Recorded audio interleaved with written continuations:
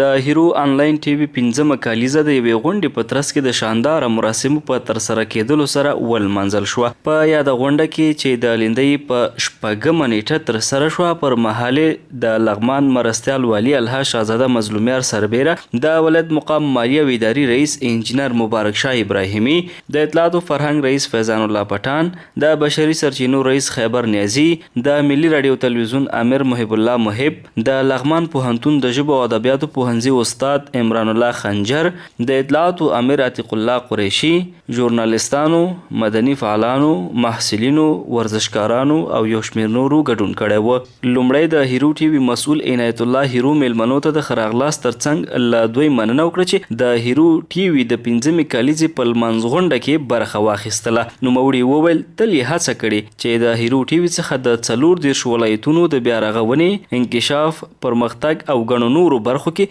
خبرونه او ویډیوګانې خپرې کړي چې له همدې امله یا ټي وي میلیونونه مینوال پیدا کړي دي. هغه وویل د خپلواکۍ د 30مې کالیزې په ویاړ له هیرو ټي وي څخه خپاره شوي بیلابیل پروګرامونه په هیواد دننه او له هیواده د باندې په میلیونونو کسانو لیدلي او خوښ کړي دي. په ورته مهال د لغمان مرستیال والي الها شاهزاده مظلومیار لومړی د هیرو آنلاین ټي وي مسؤل عنایت الله هیرو ته د مبارکۍ ترڅنګ له هغه مننه وکړه چې تل یې خپلو هیوادوالو او مینوالو ته د انکشاف، روغتیا، سپورت، علمي او فرهنګي برخو کې مثبت خبرونه، راپورونه او ویډیوګانې خپرې کړي دي. نوموړي وویل په اوسني عصر کې تر ډیره د نړۍ بیلابیلې چارې آنلاین شوي او په ښه شکل سره ترې زرګونه خلک په کم وخت کې خبرېدلی شي. په اوسني عصر کې تر ډیره د نړۍ بیلابیلې چارې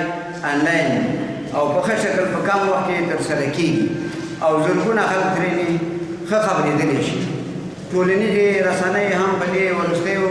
کلونو کې په خورا ښه شکل سره تر ډیره استفاده ترې کېږي او د خلکو تر ډیره د ځوانانو پر زده کړو، د ستونزو په حل او نورو برخو کې ترې استفاده کړې ده. خو د ټولنیزو رسنیو فیسبوک، ټویټر،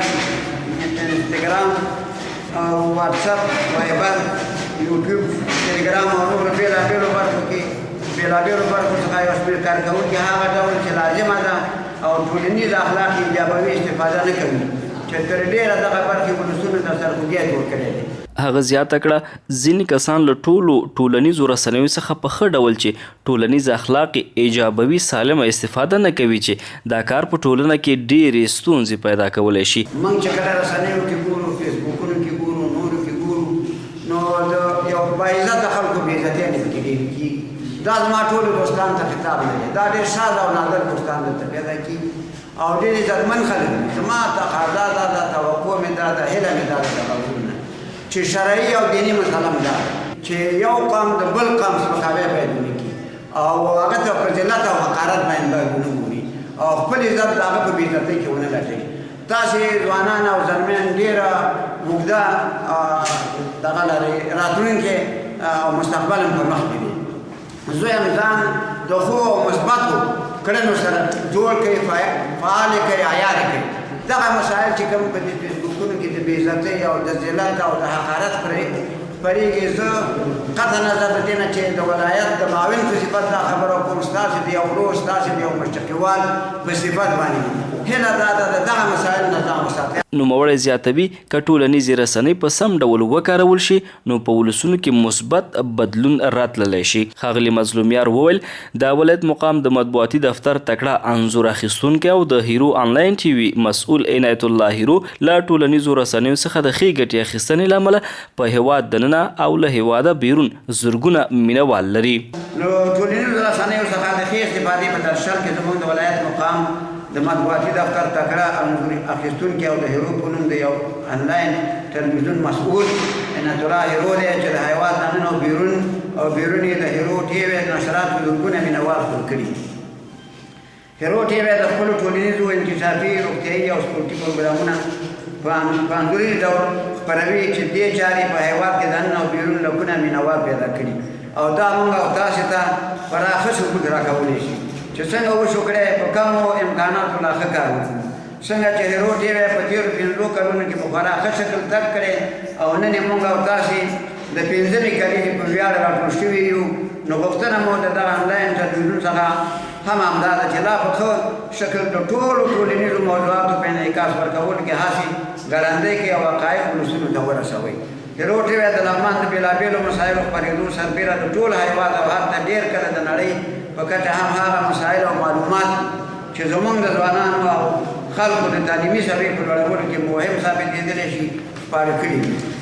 مرستیال والی د هیرو آنلاین ټي وي د مسؤل عنایت الله هیرو سربیره د ټولنیزو رسنیو له ټولو کارکونکو څخه غوښتنه وکړه چې د خپلو اجتماعي رسنیو پر مټ ټولنیزو موضوعاتو ته په ښه شکل انعکاس ورکړي. ورپسې د ځوانانو په استازولۍ د لاغا رحماني،